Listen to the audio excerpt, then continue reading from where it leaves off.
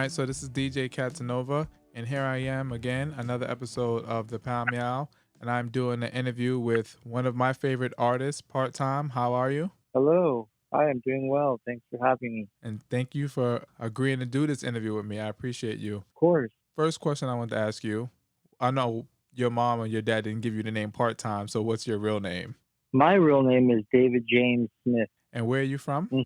I'm originally from Texas, the Oh, west tip of Texas, El Paso. It's a border town with Juarez, Mexico. I was just there. You just did a show in February, on the February 11th, you did a show. Yeah, that was the first show of our tour. Yeah, and we went on a little West Coast run. Yeah, because before I came It, to Cuba, I was in El Paso because that's where we go to train.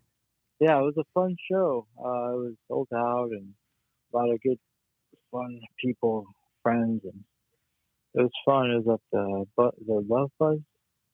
Yep, But yeah, that would have been good, cool to see you.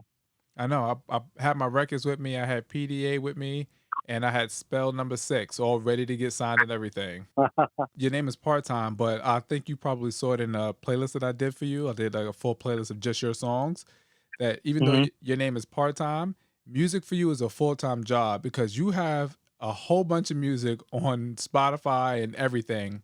Yeah, I do it full time. I guess you could say Do you have 8 albums? This is a trick question for you. 8 albums. I believe I have more than that. Oh, okay. Yeah, because I Uh, asked you on Instagram and you was like, you got to go find them. yeah, there's some cassette releases, and then there's a David Loca and the Berkshire Hobbits album, and that's on Spotify, YouTube, and stuff. So there's a few more. And out of all your projects you did, which one do you think was your favorite to work on and why? Spell number six is the only exception in regards to having a set direction for an album. All the other albums you've heard of mine are basically compilations, So I write a bunch of songs, and then over time, and then when I want to put out a record, I'll put songs together, and then I'll see who wants to release it. The albums aren't really, they're not made in that Traditional kind way, of way. except for spell number Yeah, they're, 6. they're they're just compilations of songs. But Spell Number Six is fun. I recorded that at my friend's studio. My friend Wally, my drummer, at his studio, and that was more done with a vision of we have these set of songs. Let's work on these and record it, and it's a lot cleaner than all the other stuff. And how did you come up with the name spell number 6? Um, I believe it was the sixth album, or that was it should have been released as the sixth one. And I named it also from the Spell Number Six song that's on the album. Yeah. And at the end of the song, there's a melody that I put in to try to make the song catchy and enticing, as if to hypnotize or put you in a spell. And Well, you did a good um, job.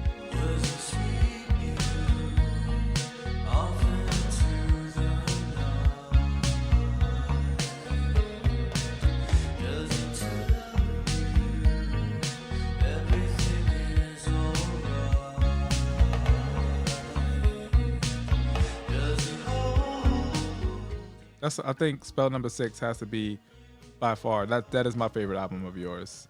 thank you, That was the thank you. first album I bought. I was like, I have to have this album. And it's very beautiful too. I have it on vinyl and it's like that pea soup green color.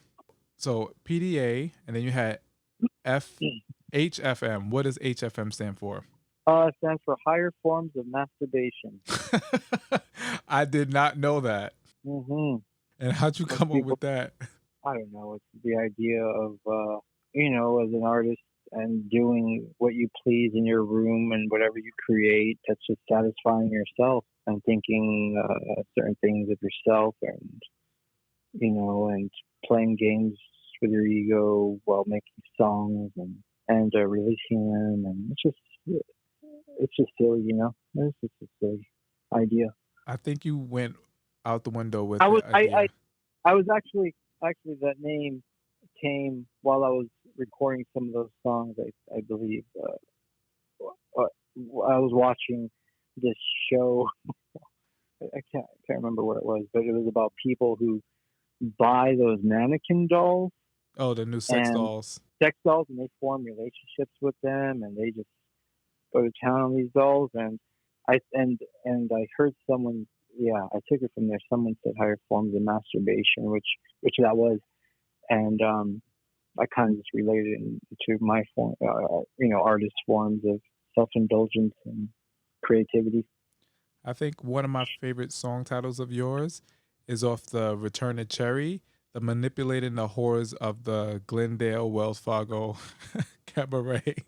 Oh yeah, that name came from walking into the Glendale Wells Fargo and seeing all the bank tellers there with their plastic breasts and faces and caked on makeup, and then you had like the manager, Armenian guy, just walking around kind of like keeping the hose in the stable, and it was just a weird experience. How businesses are ran in that way. It's just kind of weird and silly. I have to take a trip there just to see exactly what you're talking about. So as soon as I walk in the door, I'll Yeah. be like, "Oh, this is exactly what he's saying about. I get it now." When you first started doing music, who was your biggest influences? Like, was your mom or dad musicians? Did they sing? No. My dad was more of a artist, record collector. And I was constantly surrounded by music at a very young age. And I picked up guitar really young, and I just played along to the Cars and ZZ Top and Jimi Hendrix. And I also used to play classical music on guitar. That's how I started.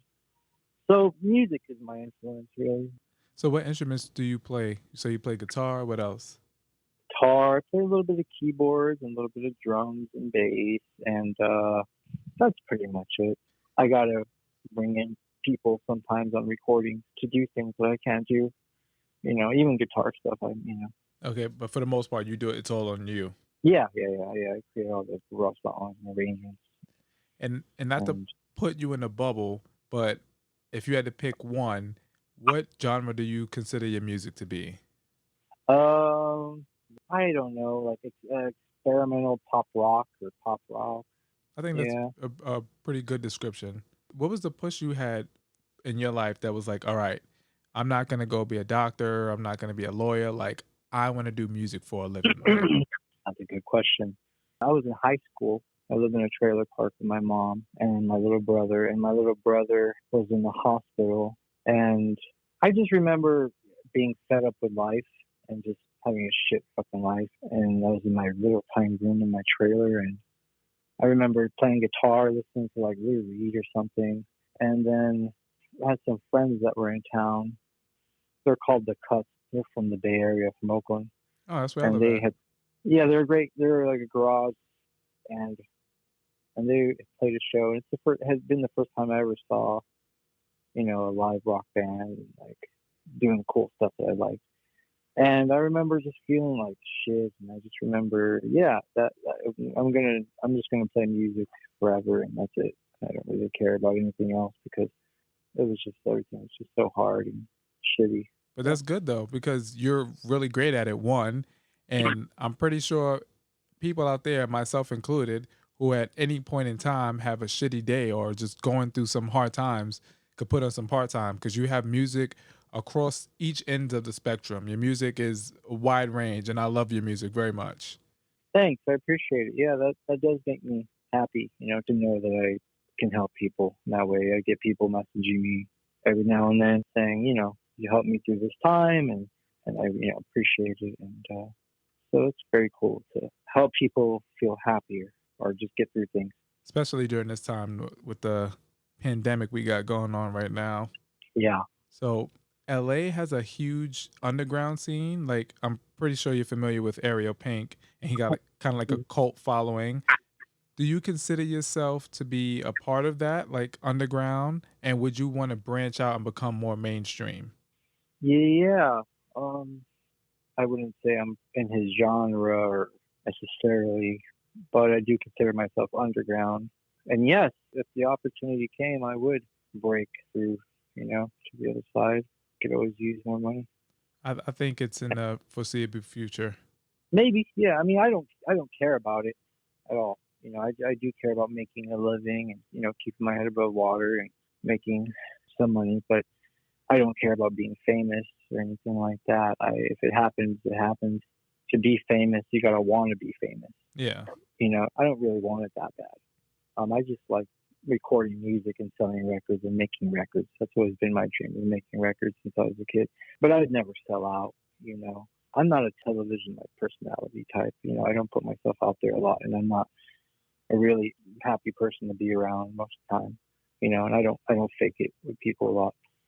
And to be famous, you gotta like just suck asshole everywhere you go. You gotta be fake. So how was it with you living in LA partially? Because LA is like the city of the fake, so to speak. Even when I'm there, I'm kind of like, this is kind of weird a little bit. Yeah, yeah, it's real suck ass there. And I have a place in Yorba Linda, in Orange County, and I kind of just stick around there. But yeah, there's a point where I had to kind of get out of LA because I just didn't really relate to a lot of that stuff. But So do you think you're gonna spend most of your time in El Paso? it's divided. Here I have family. I'm here a lot for my little brother and my mom, and then I'm out there to hang out with friends and kind of get a break from here and just do my own thing out in Orange County. Have you ever considered coming up to the Bay? To San Francisco. I used to live in San Francisco. Yeah, yeah, I love it there. Oh, where'd you Where live at? I lived in, gosh, the Mission. I lived in the Tenderloin. Oh, you lived in a Uh, good area for music. hmm Yeah, yeah, yeah. That's where I kind of started a lot of the early part time recordings. Nice. So in the future, if ever, if you would collaborate with anybody, who would it be? Well, I just really listen to a lot of old artists. I'd love to collaborate with Brian Hyland, Meryl Funkhauser, Question Mark, and Question Mark and the Mysterians. Gosh, Rick Ocasek's gone, right? Can't work with him anymore. That's pretty much it, I guess. I mean, there's plenty of others. I just can't really think of them. I'm really fortunate to work with Ariel and Dame Funk. Or he's on a new song of mine I'm putting out in my next album, and hopefully Gary Wilson. When can we I expect love your it. next album out? Hmm, probably late this year or early next year. Depending on how COVID goes. I guess so. Yeah, I'm not sure exactly how that's affecting the labels, but I'm working on it. Besides part time, are you a part of any other acts, or is like part time just like your full gig? Uh, yeah, for the most part, part time is my full gig, but I would love to play in other bands. I wish I could. I like to play with my friend Danny James. You know, even me and Ariel even talked about me playing with him, and that'd be cool. He tours a lot. I don't really like to tour, but yeah, I'd love to. I wish I could play with other people.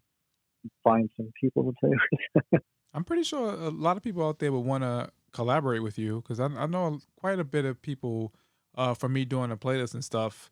People write me like, "Oh, who's this guy part time? You always like playing his music and stuff." I'm like, "Look him up. He's got a lot of good shit."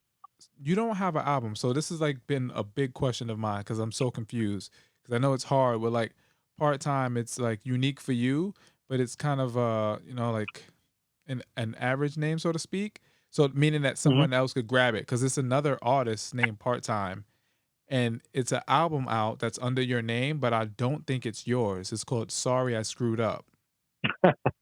Yeah, a lot of people message me about that, asking me, "Did you do this song or this album?" And yeah, no, it has nothing to do with me. I don't know why any other person would name their band part time, but that goes to show you, I should have named it something else. I didn't think anyone would ever care to name their band part time. Yeah, I think it's like 3 other part times that come up if you search it. Like, of course, you're the Oh, first one that come up, but it's like 3 other ones. I'll probably just change it to my name eventually. And David Loca is that's you though, right? Hmm. Oh, okay. Yeah. Because you did the other album featuring David Loca, the Late Night featuring David Loca. Why did you change it instead of featuring yourself? Because you went from part time being a solo artist to gaining a band. I don't know why it's called featuring. I didn't do that. It's the album is the name is part time, and the album name is Late Night with David Loca. So right now, And who are the who are the top 3 artists that you're listening to? oh man, I mean, recently I listened to a lot of Lobo.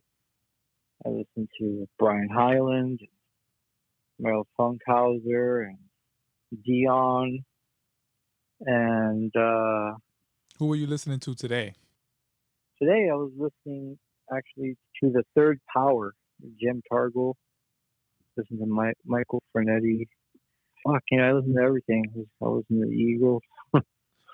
Do you ever jam out to your own stuff? Do I jam out to my own stuff? Not really. Only when I'm recording. Oh, okay. When I'm recording stuff, I listen to it over and over and make sure it's hitting good. Yeah. So I got one more question for you, and then I'm gonna get into a Sure. little game I like to play. Very important question: Michael Jackson or Prince? Well, Michael Jackson's probably had more of a bigger impact on me. He's kind of amazing. Yeah. He's like he's kind of crazy. He's real fucking crazy. For that reason, he's been doing it since a fucking kid. Yeah. It's kind of crazy. But I love Prince as well, and I love both of them. But Michael Jackson's kind of, I think his whole fucking vision, his head is just crazy, and as he should be. You can't fucking be that big and popular and talented and working since a child and not be crazy. Yeah. That's all And he's amazing, but he's had some shit, I guess. I know. I was Had to like, deal with. all right. So I got these cards from this guy I met on Instagram. It's called Poddex, and it's just like a Mhm. little creative, interactive way to do interviews and stuff. So I have 10 cards laid out for you, and I'll just have you pick from 3. So between 1 and 10, pick a number. Between 1 and 10, I pick 6. 6. Oh, that's my favorite number. If you got stuck in an elevator and were forced to listen to only one song, what song would you pick? What song? One song. I don't know. Probably a John Lennon song. I find those delightful. John Lennon song? All right. For Yeah. me, if I were to pick one of your songs, just for today, I was going through your catalog, just refreshed. Even though I'm always listening to your music, "Real Connection" has been stuck in my head today. Oh yeah, that's a fun song. "Real Connection" and what's the other one? "All My Love and All Your Love, Together We Oh Are yeah, Fine." yeah, that's a fun song. I like that one. All right. So now pick another card, 1 through 10, -6. Let's do number 2. Number 2. If you had a personal mascot, what would it be? Personal mascot. That would be Sergeant Slaughter from the WWF. That's funny. That's hilarious. That's random Yeah. too. Why Sergeant Slaughter? I don't know. He's kind of funny. He's really funny. The other I day, like him. a few of my buddies was watching WWF and talking about all the old wrestling not shows, but the old matches and stuff, like when Hulk Hogan and Ric Flair and everybody was around. It's like favorite I love. pastime. I was watching one earlier today with Mr. Perfect fighting Roddy Piper. Rodney Piper. I don't know what happened in my life. It's just like one day I used to watch wrestling all the time. My cousin had like a little wrestling toy kit, like the ring, and we would be throwing Mm-hmm. Spider-Man and everybody in there, and then we would watch wrestling Yeah. constantly. And then just one day I just stopped. It changed. I think it crossed over. They signed over their name. It changed, and then it got a little weird. And I kind of stopped for a little while myself. It changed, but it's still nice to look back on it on the old times when we were kids. All right, now one more question, just 1 through 10, excluding 2 and 6. 3. 3. Let's see what we got here. What's the most awkward thing that happens to you on the regular basis? Like when you're out, do people recognize you? No, if I'm in LA, yeah. But when I'm in Texas, it doesn't happen. That's why. So I have a little home here in suburbia, and no one knows anything. Yeah, in LA, people Awkward. I mean, I'm just awkward everywhere. Truly, I truly am just awkward anywhere, all the time. I look weird. Um, I look weird. I think I give weird vibes off. I feel like I'm always just kind of awkward. Do people come up to you and start singing your songs, or ask you to sing a song? No, they better not. I don't want people to help. Like, oh, can you sing this song for me? That's pretty awkward. I'll tell you, that's probably something awkward that happens. Someone will like get too comfortable with me and say something like, "Oh, sing a song or something," and I'll say, "No, no, don't." I figured that would probably be one thing that would happen to you. Like, people just come to you like, "Oh, I love this album. Can you sing this song for me?" It's like, what? I'm in Whole Foods, dude. What are you talking about? No, they don't. No one ever does that. But they recognize me. They'll say, "Oh, it's you from whatever." They'll want to take a picture or sign something. I'll gladly do. That's about it. But I'm awkward all the time. Really, I have weird hair and weird teeth. I'm a weird looking person. I'm big. I'm big and tall, and I dress probably dumb. And is all of your albums on vinyl? No. There's some tapes that aren't on vinyl, and there's the Berkshire Hobbits album is only on cassette, but it's gonna be released on vinyl. I just gotta get on that. Yeah, but yeah. I gotta get all of them because I have PDA, I have Spell Number 6, and I just bought Modern History. Yeah, you gotta get HFM, Virgo's Maze. What would you say? I can't find them anywhere on vinyl though. Maybe eBay or something, or MexicanSummer.com. Oh, okay. Website. Yeah, because I'm usually on like Amazon, or I go like Bandcamp. Even on Bandcamp, I didn't see it up there.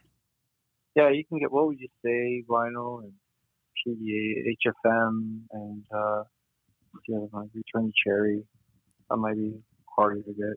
Yeah, and then there's all those 7-inches too, like Seashells, She's My Lover, Visions of the Future, Little Secret, the Night Drive one.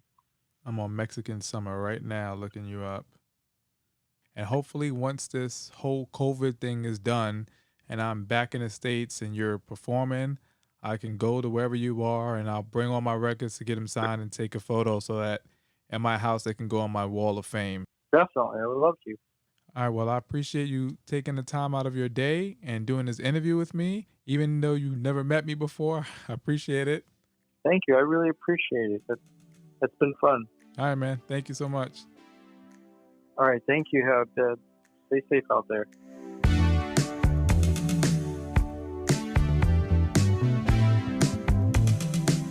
Thank you all for listening, and be sure to follow me on Instagram, Facebook, Twitter, YouTube, Apple Music, and Spotify at DJ Catsanova for new music, a playlist every Friday, and live shows happening in the Bay Area. Stay cool, kiddies.